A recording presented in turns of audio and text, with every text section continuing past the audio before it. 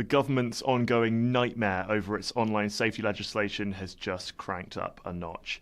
It's had to back down on plans to force Apple to share encrypted user data via a back door after an official order under the Investigatory Powers Act. But what the government sees as powers to make the internet safer, key figures in the Trump administration view as an attempt to put curbs on freedom of speech. Trump's Director of National Intelligence, Tulsi Gabbard, told the Financial Times that the deal means Americans' data will now remain private. She says this will protect constitutional rights and civil liberties.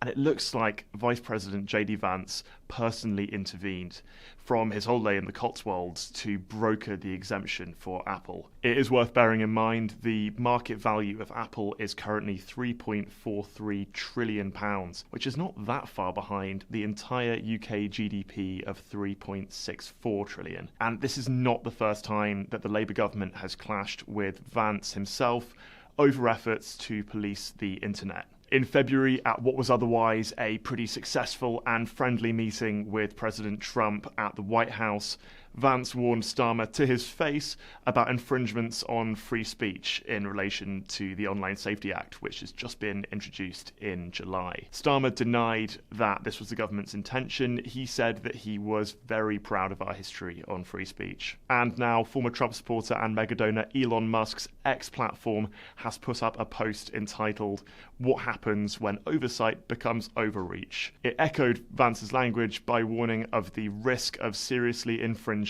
on the public's right to free expression. And while 80% of the UK public do back curbs on access to sensitive online material for minors, the new rules have led to a surge in VPN usage, allowing internet users to essentially ignore the rules. And there have been big concerns around the security from decentralized ID verification platforms.